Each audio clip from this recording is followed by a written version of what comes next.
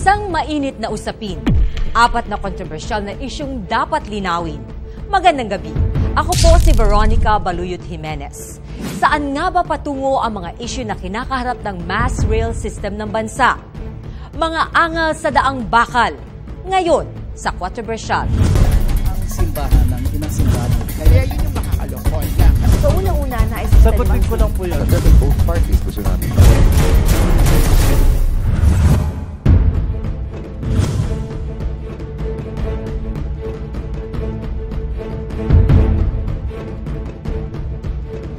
Maituturing na pangunahing transportasyon ng tren sa ilang mauunlad na bansa dahil sa mabilis, mura at mahusay na serbisyo. Pero sa Pilipinas, makipagsiksikan at makipagsikuhan ka muna bago mo maranasan ang serbisyong ito.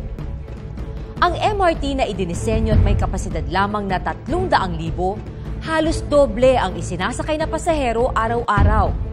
Kulang daw kasi ang mga bumabiyahe na bagon ng MRT. At kung minsan, nasisiraan pa. May pagkakataong nadiskaril pa ang isang biyahe nito na kinasugat ng marami noong isang taon. 15 taon na ang riles ng MRT.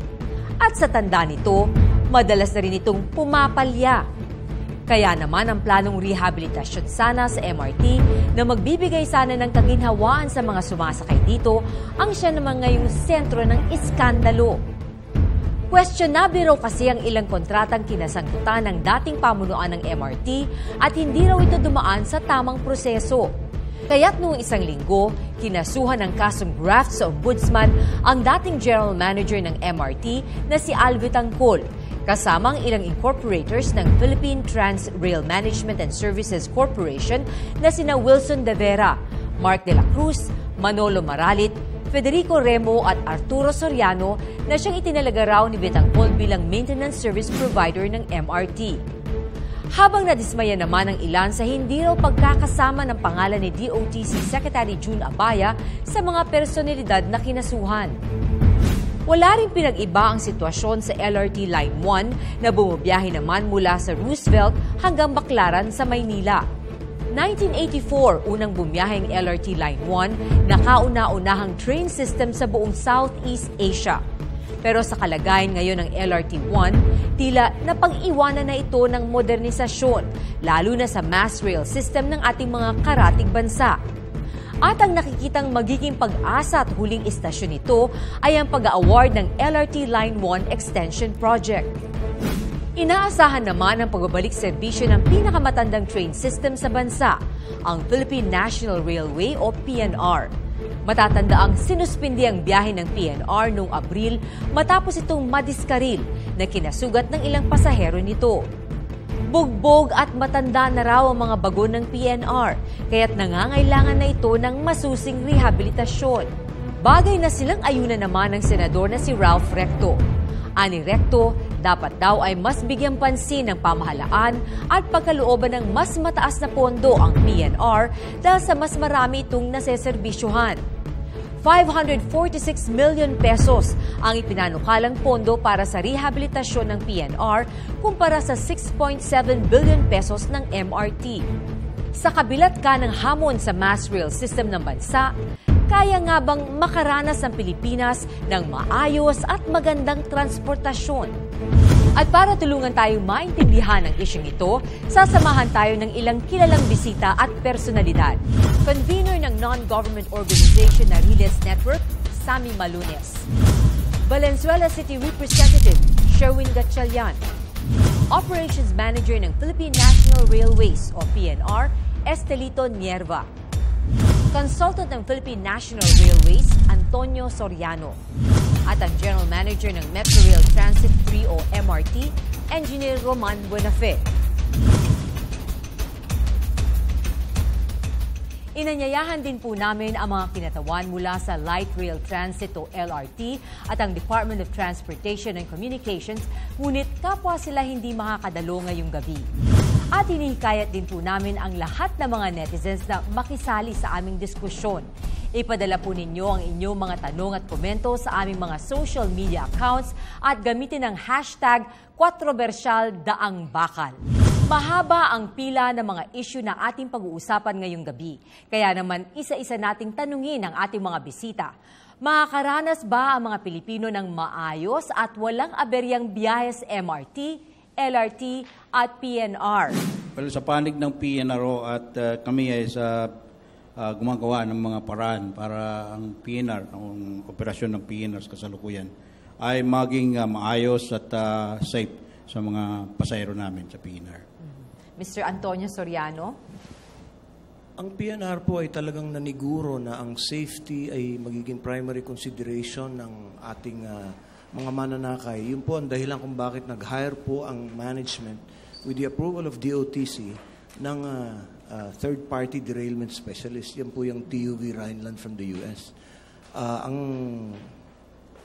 kanila pong ginampan ng tungkulin ay siguraduhin na ang standards po in terms of rail rehab and maintenance for the PNR tracks following the derailment nung May 5 po ay magagampanan po at mailalagay sa tamang paraan. Ang nangyari rin po dyan ay sinamantala na rin po ng ating General Manager ng PNR na si Engineer Dilay ang pag-conduct ng malawakang rehab ng 56-kilometer track from Tutuban to Calamba. Kaya po nagkaroon ng konting delay dahil po sinisiguro namin na above all yung safety po would be a primary consideration. That's the reason why hindi po namin na-commit yung unang deadline namin na makapag-resume kami noong June 15 na sabay sa klase. Kasi po gusto namin siguraduhin na kami po ay nakapag-comply sa requirements ng aming external derailment specialist so that we can have a third-party assurance sa mga mananakay po na ito pong performance standards ng PNR ay nasunod po at ito po ay magiging above board. Okay. Si General Manager ng MRT, Engineer Buenafe. Nung bago po man po ako naupo, marami ng rehabilitation program na on procurement po yung opisina po ng DOTC MRT3 po. Una-una na po ditong dumating ay yung mga riles. So na-deliver na sa depot. Tapos I'm expecting the arrival of the prototype in August po. So lahat po nung nalalatag po ng mga programa, sisiguraduhin kung magampanan po. Okay, Congressman Sherwin. Kami naman po ay umaasa sa mga itong mga mass transit systems natin na maayos pong patakbo. Kami po ay customer kami ng MRT dahil sa Valenzuela po. Karamihan po ng aming mga constituents ay nagtatrabaho sa Quezon City at sa Makati. So talagang araw-araw yan po ang sinasakyan nila. In fact, ako po ay ilang beses pong sumakay para ma-experience ko rin po yung mga hinaing ng aming mga kababayan at talaga pong kailangan ng malaking improvement sa operations. Okay. How about Ginoong Sammy? Sawa na ako ng kasalita dyan sa mga yan Kasi parang lang yan nangako ngayon na parang nanliligaw na pakasalan yung pala, bubuntisin lang. Tataas ang pamasahe, yung pala wala na mai-improve na serbisyo. Darating yung prototype, prototype yun sample pa lang po yun. Pagkatapos noon, saka mag-massive production, wag natin pangako yung hindi pa natin napipisa. No? Ang pinangako ko lang po, prototype po. Sige, umpisahan po natin kay GM ng MRT, GM Buenafe. Kumusta po? 6 na buwan na kayo bilang GM ng MRT. So, hindi na kayo probationary, magpa-permanent na kayo. Kumusta po yung first 6 months nyo? In layman's terms, talagang sa madaling salita, madugo. Nasabak po ako sa sinabi ni Chair Sammy, na nag-fare increase. Yun po yung unang araw ko sa trabaho. So, unang araw pa lang, marami ng batikos. Yung tukol po doon sa maraming glitches na tinatawag natin, lahat po yata ng glitch nakita ko na in 6 months' time. So, bukod pa man, bagamat, ay totoo po, nag-enjoy po ako sa trabaho ko. Pero kine-question po ang inyong kwalifikasyon at sinasabi nila na dahil malapit kayo kay Secretary Abaya, kaya kayo nalagay dyan sa posisyon na yan. Hindi ko kami malapit. 2 taon po ang agwat namin nung high school. Yun na pa yung huling pagkikita namin. So kung sa malapit lang po, mas malaking magandang lalaki po si sekretaryo sa akin, talagang hindi ko kamag-anak yan. So ito pong, ano na po yung estado nitong kaso laban kay dating General Manager Alvi Tangcol? Tatapatin ko po kayo, hindi ko po sinusundan yan. Pero you're aware of what it's Alam po may all kaso, about? pero nabasa ko lang din, indicted. Aside from that, I don't know the details. Yung ano po, paano po mababago ba itong operasyon ng ating mga transaksyon na papasukin ngayon ng MRT after itong nangyari na malaking issue? Paano po itong ginagawa yung bidding and yung pagkuha sa maintenance para hindi na magkaroon ng ganitong kalaking issue? Noong July 4 po, tinerminate ko na yung joint venture ng Global APT na siya yung dinatnan ko na maintenance provider. Ngayon po ay nandun po ako sa multidiscipline, no? Yung 7 discipline po, ang nag-procure po diretso ang DOTC MRT3 po. That would be a stopgap measure. Sabi ko na band-aid remedy to the problems of the MRT3. The previous maintenance provider has publicly announced they will not buy spares. And that is part of their contract. So I have to stop the bleeding. So punta kami ngayon sa multi-discipline approach. Pero habang pong nananakbo itong multi-discipline approach po na to, we will procure yung supposed po na single point of responsibility na maintenance provider. Paki-explain, itong multi-discipline approach, anong ibig sabihin niyo doon? Kumbaga po, dapat po may isa kang single point of responsibility which was ginagampanan ni joint venture, Global APT. Ngayon, hawak po nila yung rolling stock, meaning isang discipline. Disciplines po, meaning yung different parang departments that cover the maintenance po of the train. So meron po dyan yung rolling stock, yung So truck. iba-iba yung suppliers nyo for this? Para iba-iba masigurado po. na hindi iisa na, kunyari palpak pala, lahat palpak na. Hindi po talaga dapat ganun yung approach. Pero we have to step in because there is a public admission by the joint venture that MRT procured that they will not buy spares. And sa 6 na buwan ko po, ang nakita ko talaga, simple lang yung solusyon. Kung may spare, simple po yung 20 trains. Wala akong spare. Alam ko, galit na galit si Mr. Malones dito sa mga aberyang. Parang Apo. halos linggo-linggo may aberyang nangyayari. Araw-araw. Araw-araw pala. Mali yung linggo-linggo Sa dressing room pa lang po, nakikinig na ako sa kanya. So ano po yung mga ginagawa niyong mga pagbabago para matigil na itong mga aberyang to? Hindi ho natin overnight mababago to. No? Sabi ko nga, kailangan ng spares. Kaka-transition pa lang namin sa multidiscipline and I incorporated the procurement of spares sa multidiscipline na to. The trains, the system, the MRT3 system has been in existence for at least 15 years. No? And there was no maintenance, wala hong maintenance na matinong nangyari. Nadinig ko kanina, sabi ni Sir Sammy, mukhang bilib siya sa Sumitomo. Meron akong 2 libro na nagpapasabi sa akin na ginawa po ni Sistra, consultant po to, na marami mong pagkukulang din sa Sumitomo. Sa lagay ng po yun, 95 million, yung kontrata nila, buwan-buwan, bago po sila umalis, ang gusto po nila maging kontrata is mga 120 million thereabouts every month. Tapos po napunta ngayon dito sa PH Stamps at sa Global APT na 57 billion po. Are you satisfied with May that? questionabling ako sa approach na multidiscipline. I disagree. Kasi, historically, ang train ay dapat nami-maintain ng isang management comprehensively, catenary, tracks, signaling system, rolling stocks, na dapat nahahati yan sa light and heavy. I doubt kung mag-work yan, no? General Manager Buenope. Pero, kinu-question ko na dyan yung isang foreign maintenance na German, paano mo yun? Yan ay kilala namin yan. Na isang supplier lang po yan ng carbon brush ng ating traction motor. Hindi yan provide a maintenance. So, wala akong assurance na kung mayroon foreign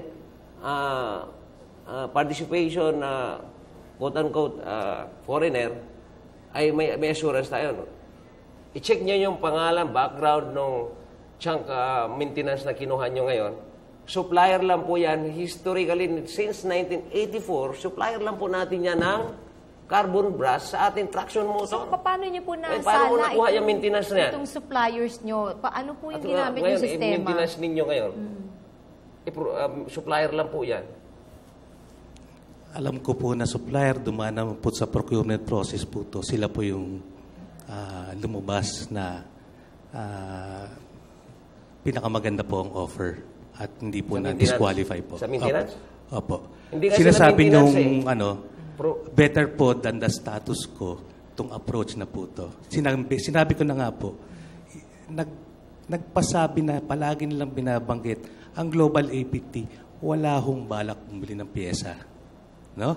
Sinabi ko na rin, ang sikreto lang dito sa pagkatapos ng 6 na buwan ko, meron lang pyesa, kaya ko yung 20 trains. Bakit hindi ba bumili ng pyesa ang Global APT?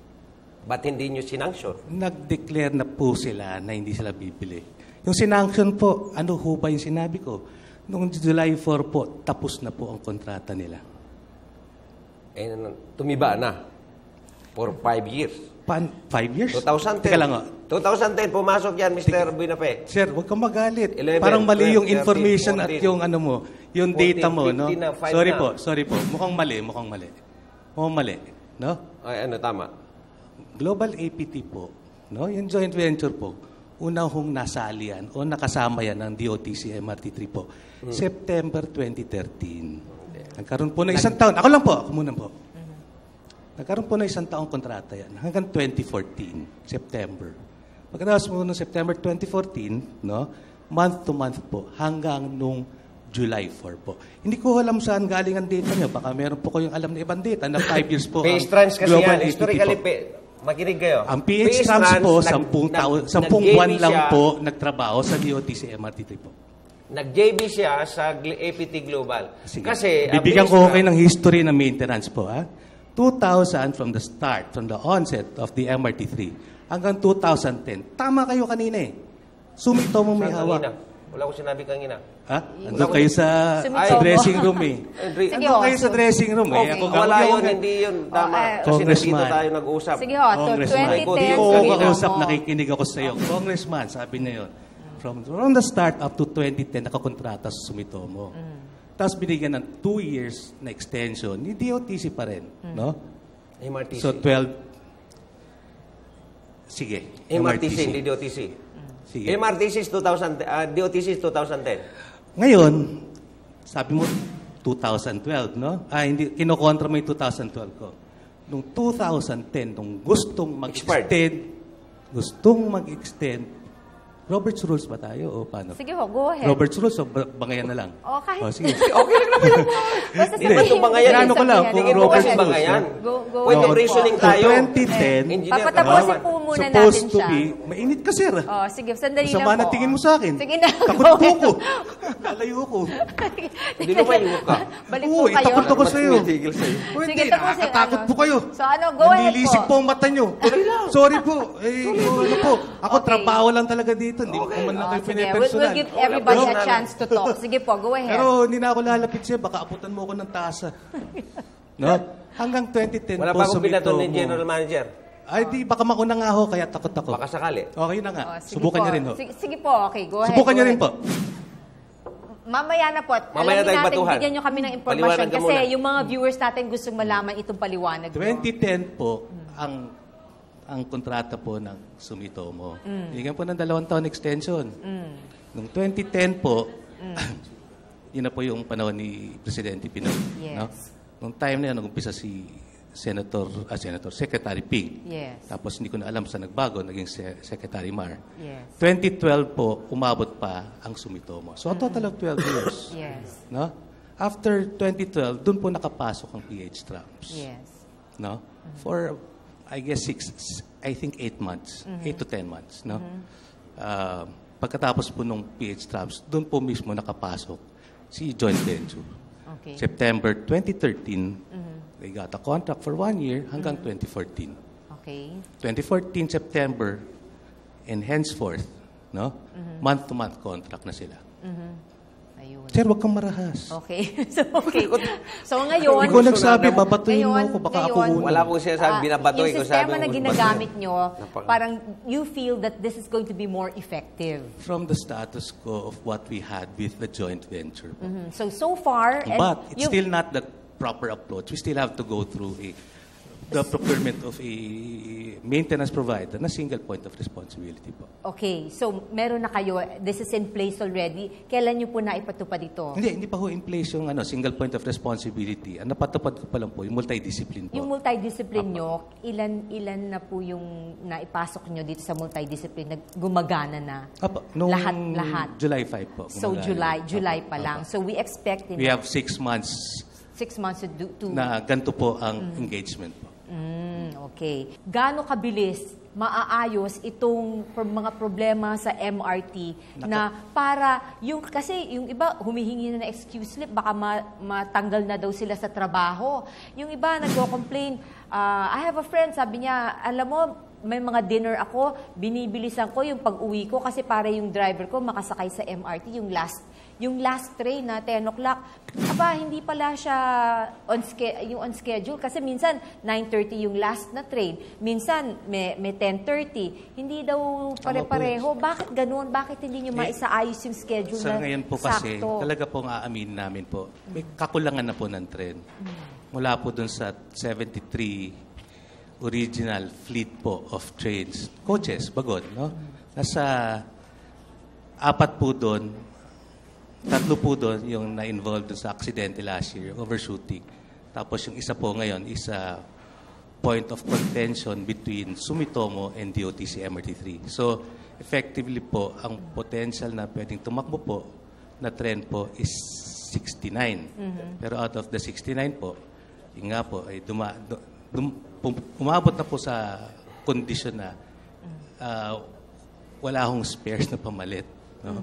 Kung meron man spares, kasi katatapos lang namin yung turnover, yung handover, meron imbalance yung spares. Yung mga fast-moving na kailangan, wala. Samantalang yung hindi naman fast-moving, meron medyo substantial ang number of spares.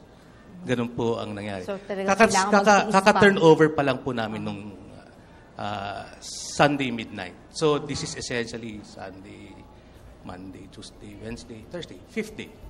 5th day. So, I'm letting them settle down. And by next week, dun ko patawag, hindi naman siguro fair kung within 5 days, inuupakan ko na sila, binubusarga ko na sila. So, I'm letting them settle down. Yeah. And I think 1 week should be enough. In the meantime, tiis-tiis po muna yung mga pag may nangyari na mga aberya. Ano po, kasi you have to give it time. Okay. Samantala, patuloy lamang po kayong magpadala ng inyong mga komento at ang issue ng mga taas sa pasahe, mamaya alamin natin makatwiran nga ba sa pagbabalik ng Kontrobersyal.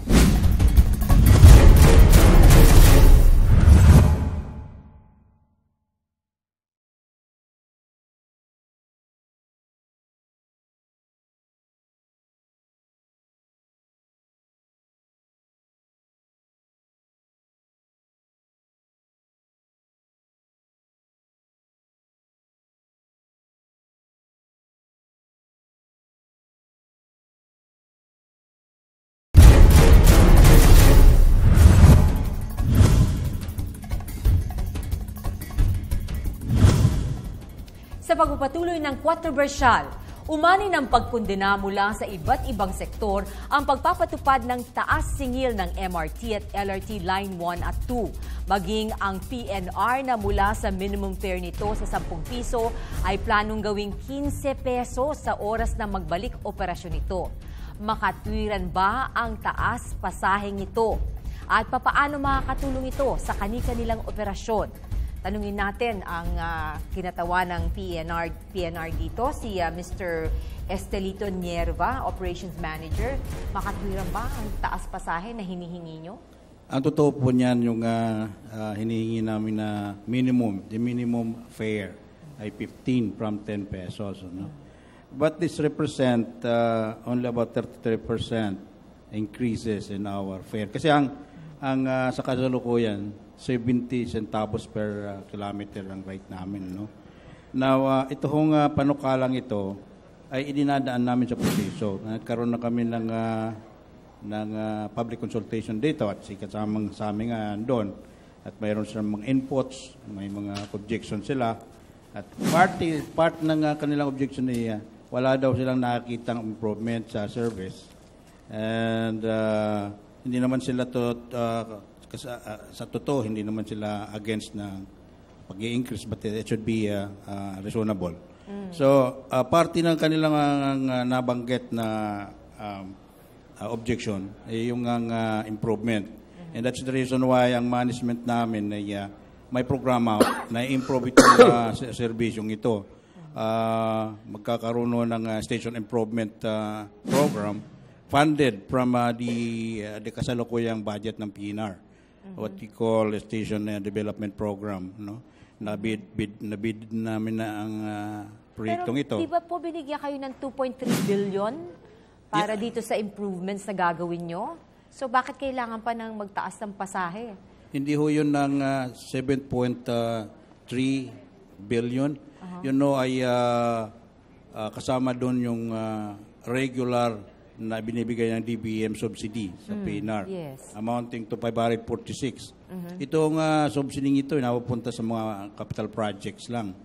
Yung ballasting, yung pag-aayos ng tulay, yung mga ganon. No? At dito nga namin kukunin yung improvement sa estasyon. Now, ang isinihingi na increase in pasahe to cover up our operational expenses. Sabagat wala ho yan. Walang binibigay ang DBM, National Government, as subsidy for our operations. Kinukuha ho yan sa enterprise account namin, which is derived from our revenues.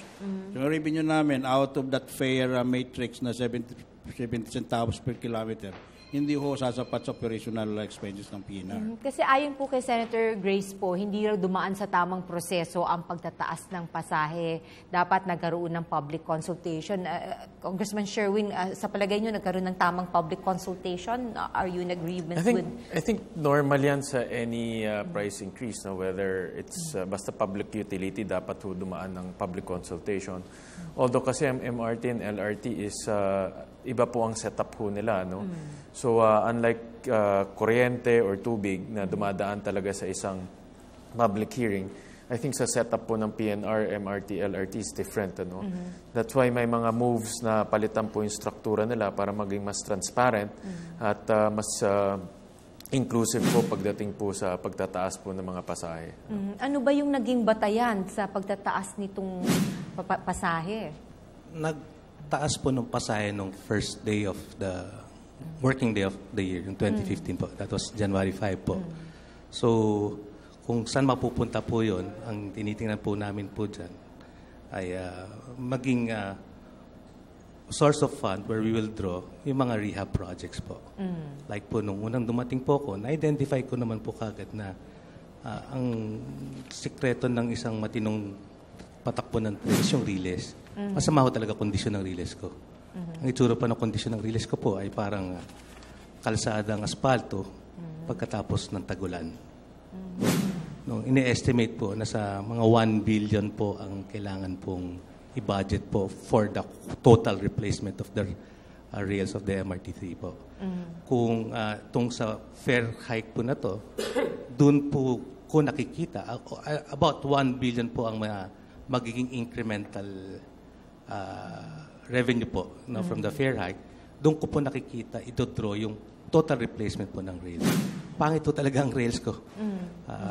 Yan ang dinatnan ko at sa pagbabasa ko po, talagang hindi ko nabigyan ng ganap na pag-aalaga ang mga rails ko. Aside from po na may mga design flaws ako nakita. Nabanggit niyo kanina tungkol sa competence po. Mechanical engineer naman po ako. Nag-graduate po ako mechanical engineer po. Scholar naman po ako ng bansa. No? At yung meron akong mga nakita original design flaw po nung nagpatayo po nung sistema. And this would be MRTC po. No? Yung mga panahon ni Mr. Sobrepeña po.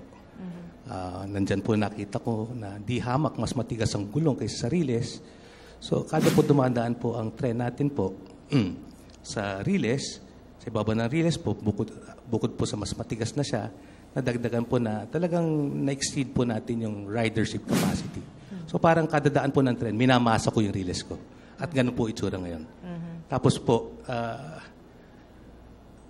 nakikita ko po na mula Santolan papuntang south, parang wala kong napansin na expansion joints.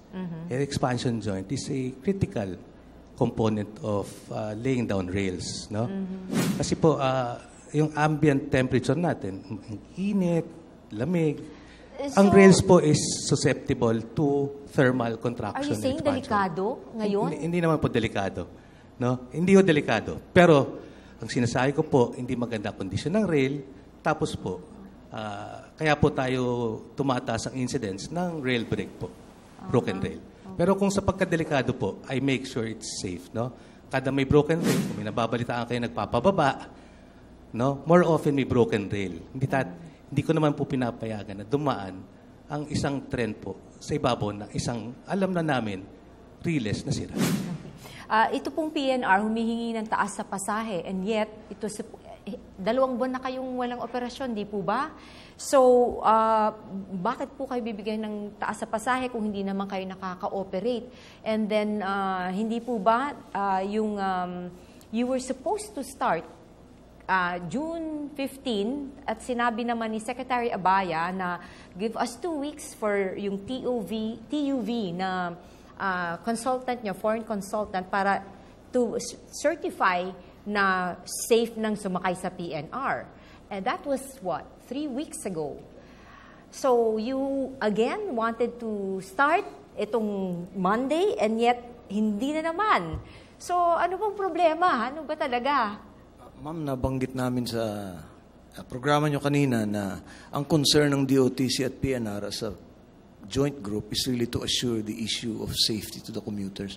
Meron pong list of exceptions na kailangan lang tuparin ng PNR according to the TUV derailment specialist, and that's the reason why tinutuunan po ng pansin ngayon. That is the reason why nanghingi lang po ng paumanhin ng PNR dahil po sa kailangan nilang gampanan according to the requirements of the TUV rail specialists that we need to perform. But according to your general manager, PNR, okay na kayo mag-start nung July 5. Okay na daw. Bakit pinigilan na naman?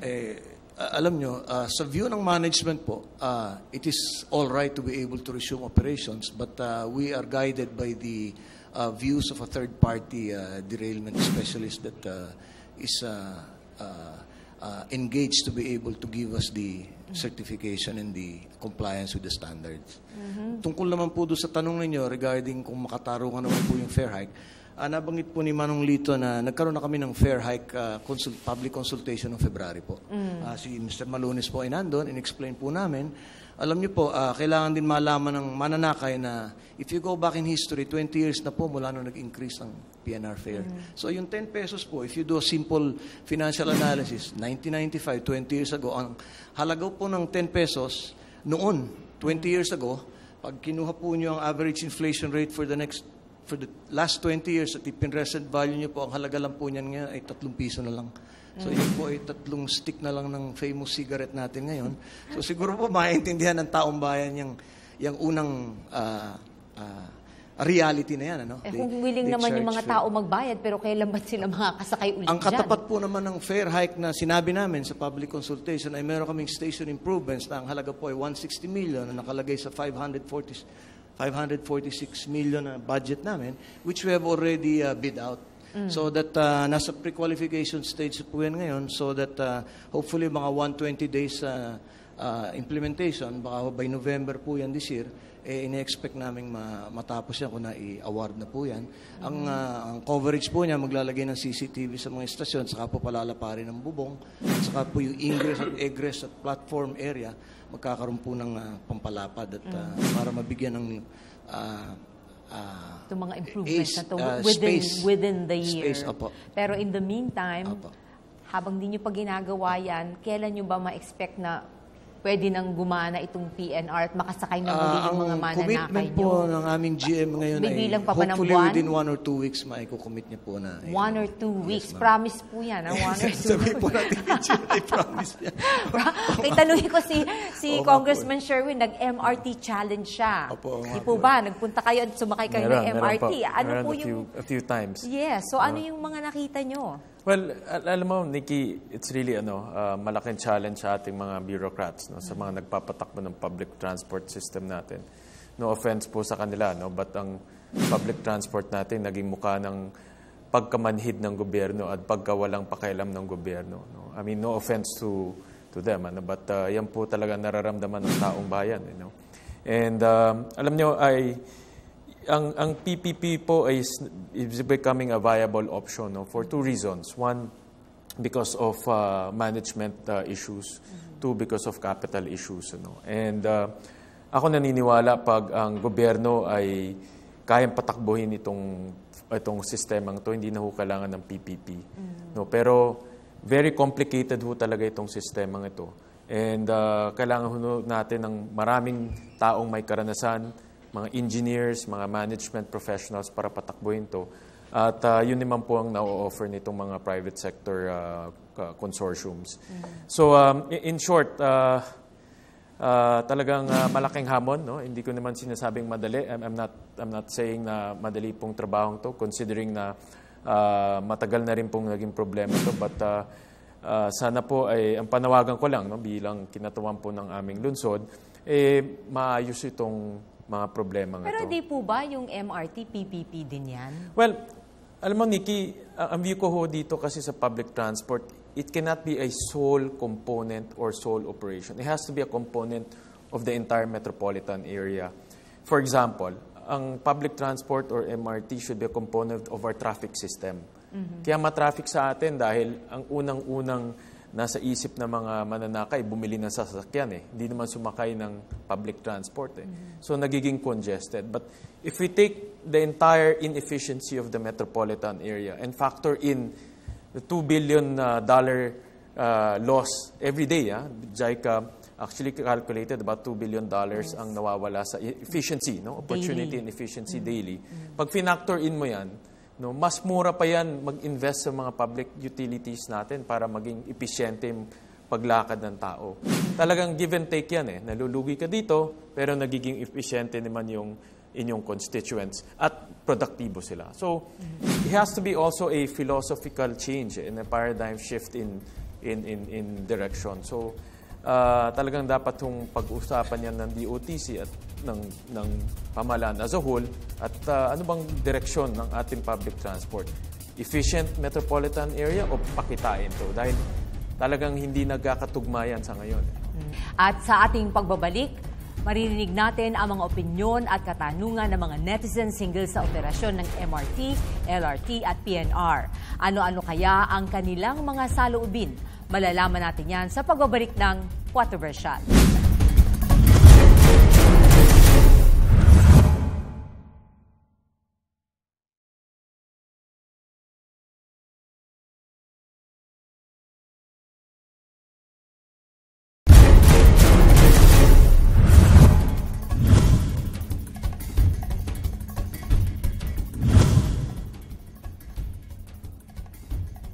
Nagbabalik ang Quattroversial.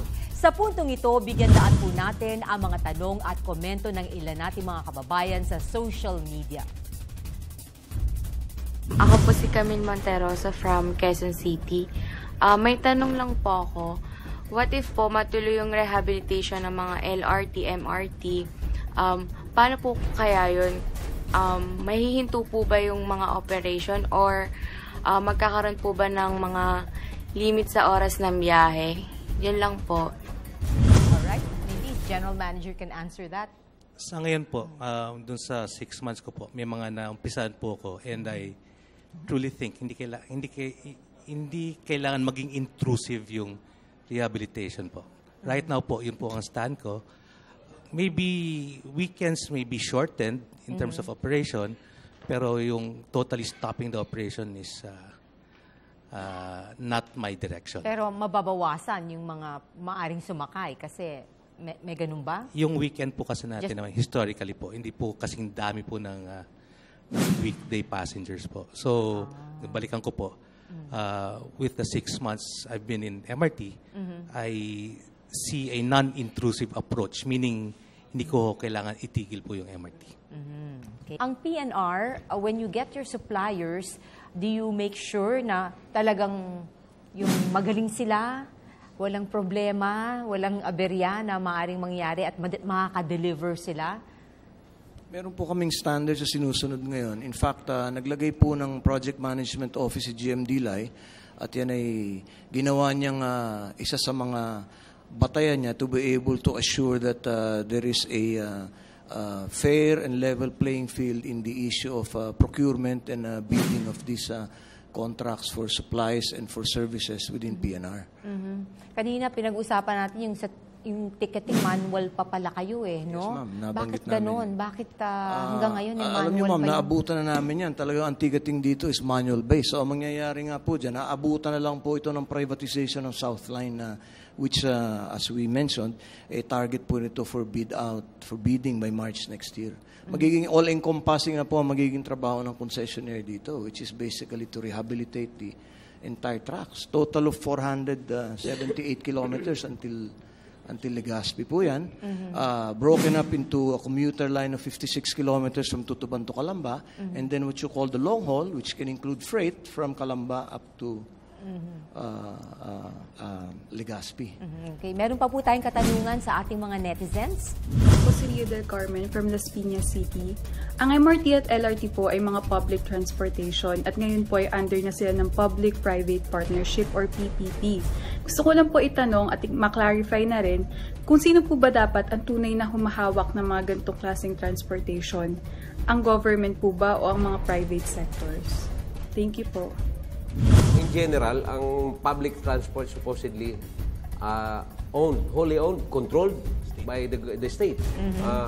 So pag nag-usap tayo sa PNR, LRT, and so on, kahit yung mga feeder bus, yung mga feeder transport natin, nagpipid sa mga railways, ay dapat hawak ng gobyerno yun, pag-aari ng gobyerno. Pero ito yung panahon na ang gobyerno natin nag-a-adapt ng mga foreign policy na quote-unquote, adaptable sa bansa natin, na kung saan yung mga public utilities, railways, airports, ports, toll, highways, ay inilagay sa private. Kahit ng power natin at patubig, which is mali. No? Ngayon, kung ako masusunod, dapat direktang handle ito ng gobyerno. Yung PPP ay dapat i-discourage yan dahil ang transportasyon ay siya ang nagtitiyak niyan para maging produktibo ang mamamayan mo, ang gobyerno. Hindi dapat yan ispaubaya sa private dahil ang private is, ang interest niya is profit. Kagaya nang nangyari sa MRT. Magkano binabayad natin yan? Ang binabanggit ni General Manager Buenafe, yung fare increase ay intended for the purpose sa rehabilitation and so on. Pero, sorry, hindi ganon Kasi well-funded yan, lahat yung rehabilitation na yan, kahit yung ating train na yung ipapakonstruct sa Dalian Company sa China, ay galing sa taong bayan yung buwis ng taong bayan. Yung fare increase na yan ay pambayad yan doon sa renta dito sa MRTCs, which is private, na binabayaran natin ng equity rentals na more than 7 billion a month, a year. So, yun ang isang negative sides sa isang private control na isang transportasyon.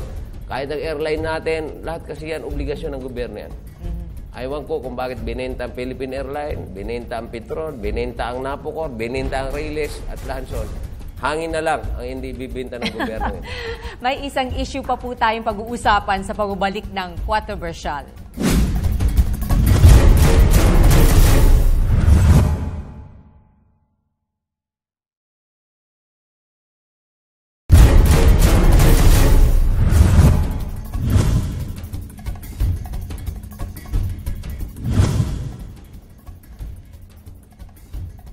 Sa pagpapatuloy ng Controversial, Nais naman nating marinig ang mga pagbabago at plano ng pamunuan para sa maayos na biyahe ng mga pasahero ng MRT at PNR. Kamukha po ng nabanggit ko kanina, meron tayong iba-ibang mga rehabilitation projects po. Ang una-una pong, kung masasabi ko na-deliver na po, yung RILES po. So I have 7,000 linear meters of rails na-deliver na po. Just awaiting final acceptance, no? Para mapalitan yung pinakamasamang kondisyon na parte ng MRT3 po, na RILES. Yung prototype po natin, unang padron nung train na mga bago, ay darating po sa Agosto po. Meron po akong proyekto po na palitan. Sufficient po yung mga bagon na darating. Ilan po lahat yon? Prototype pa lang. Sa August, based naman po sa kontrata, yun po talaga ang schedule ng dating po ng prototype. Ang total ho natin binili po ay 48 new coaches or 48 na bagon po.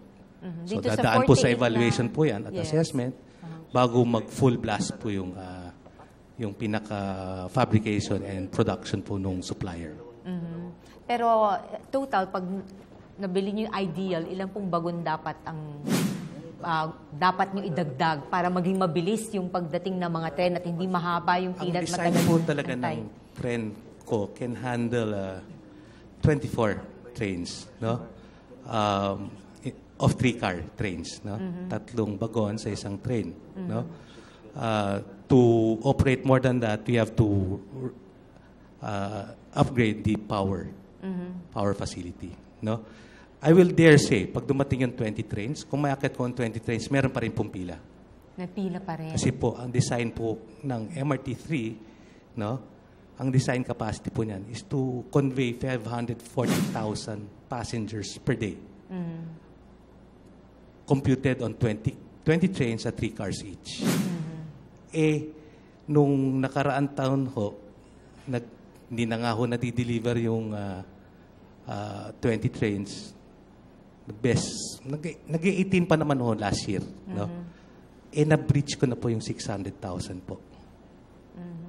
600,000 at 16 to 18 trains Yes. available. So, I will be bold enough. Ewan ko kung meron mga datos din sila kasami na kahit mag-20 trains yan, may pila pa rin ako. Okay. PNR, ano yung mga pagbabagong asahan Ang talagang natin? aasahan po natin sa PNR na pagbabago ay magiging pangkalahatan na po. Kasi po nabanggit na natin na mauuwi na po talaga sa PPP ang South Line project. As I mentioned earlier, this is the biggest PPP project that is hopefully going to be bid out before the term of President Pinoy completes. No? And the target is March next year so that it can be awarded and they will probably have to secure an exception to the ability to award because meron na po tayo election next year, election ban, ma-award po ng May according to our timetable. I'm a member of the Project Development Interagency Group. No? So ang pangkalahatan pong aasahan natin dyan is 4-year ang rehabilitasyon po ng commuter line. Magiging overhead po ang train from Tutuban up to the junction where Magallanes and the MRT meet. And then it will go at grade. Because wala na pong dadaanan dahil nandun na yung flyover. Hindi po. Opo, above ground po yan.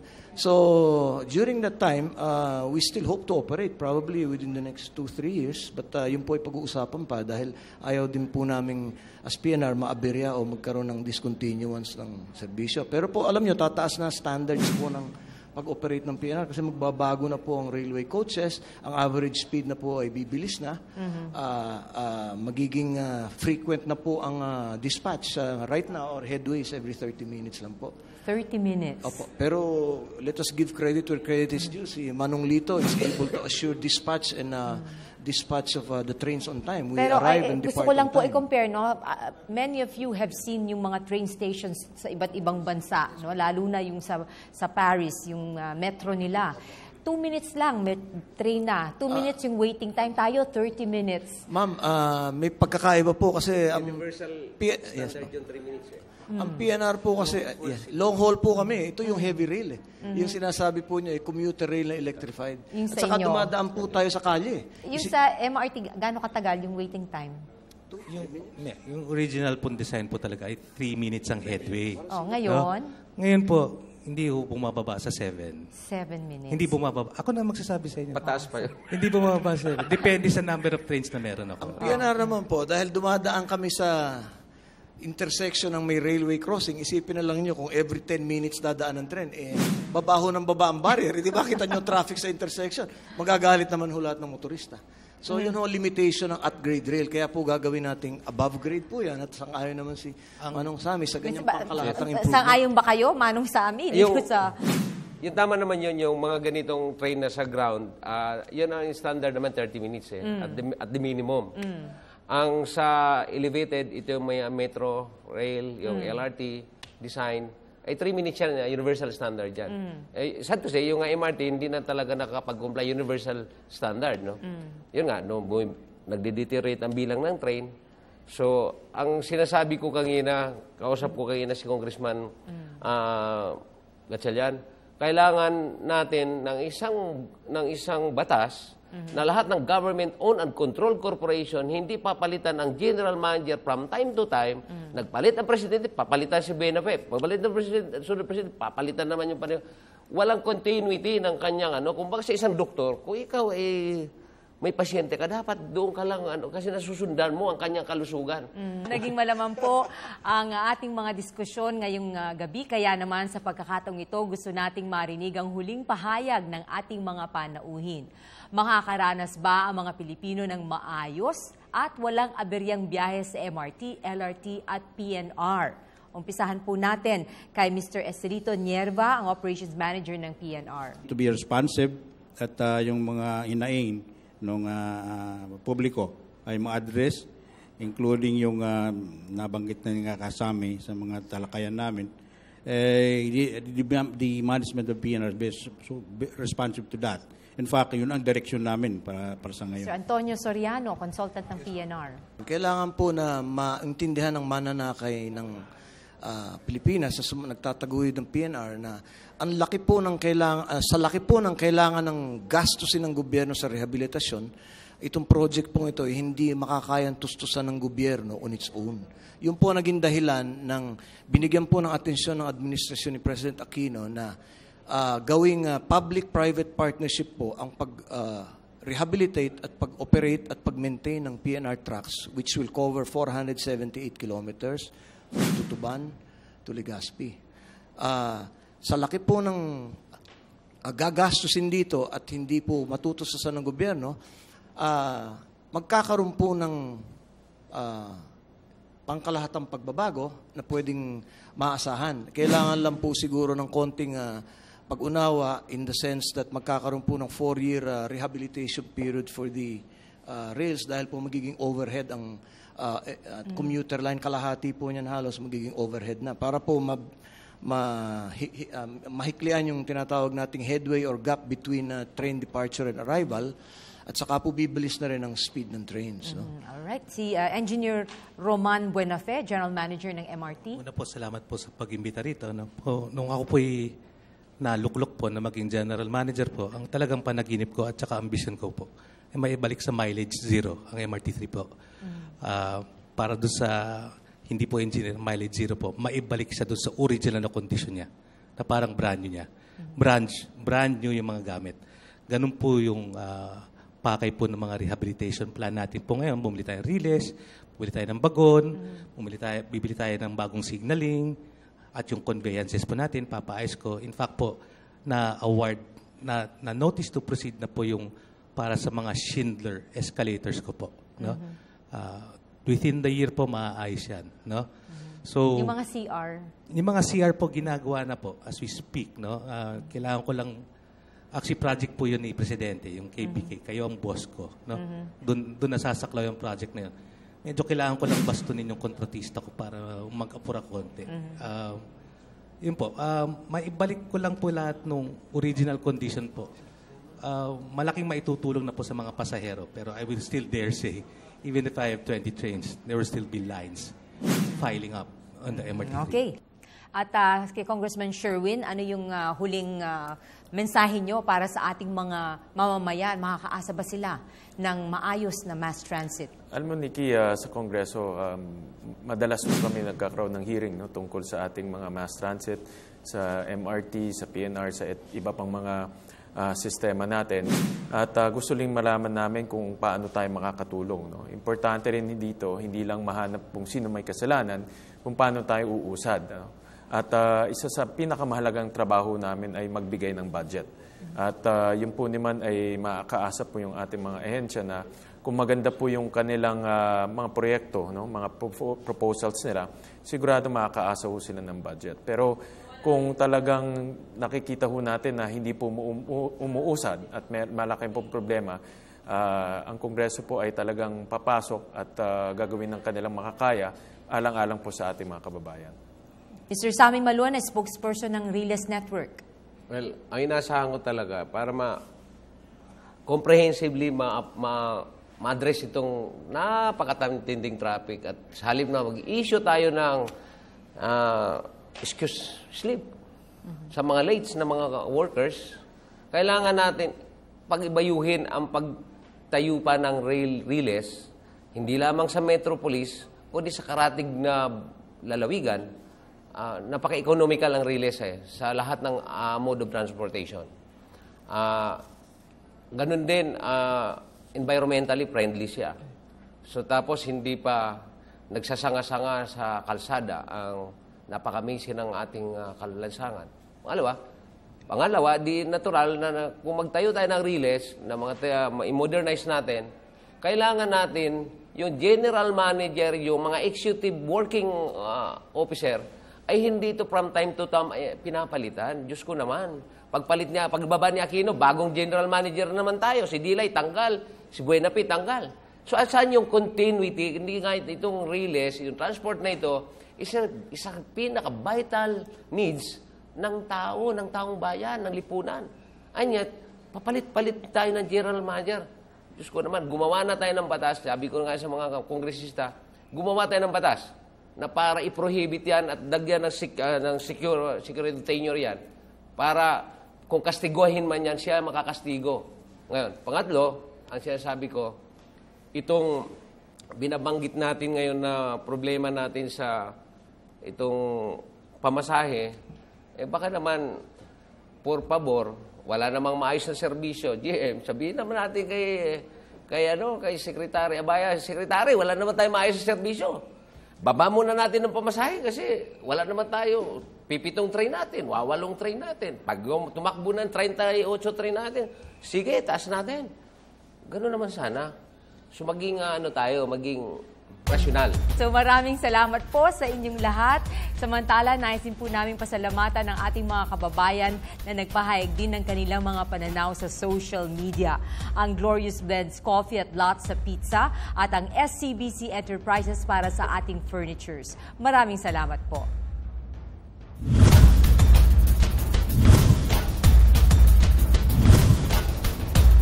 Hindi natin maitatanggi na kaginhawaan ang hatid ng mga daang bakal sa ating mga kababayan. Kaya't hindi rin natin masisisi kung madalas ay nanggagalaiti ang nakararami sa tuwing nagkakaroon ng mga aberya. Taon na ang binibilang ng ating mga tren at napapanahon na upang makasabay ito sa pagbabago ng ating panahon. Araw-araw dumarami ang mga pasahero. Pero sana kasabay din ito ay ang mabilis, maayos at magandang paraan ng transportasyon na walang aberya at perwisyo.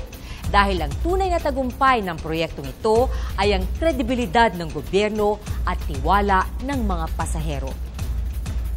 Magandang gabi. Ako po si Veronica Baluit Jimenez at ito ang Quattro Shot.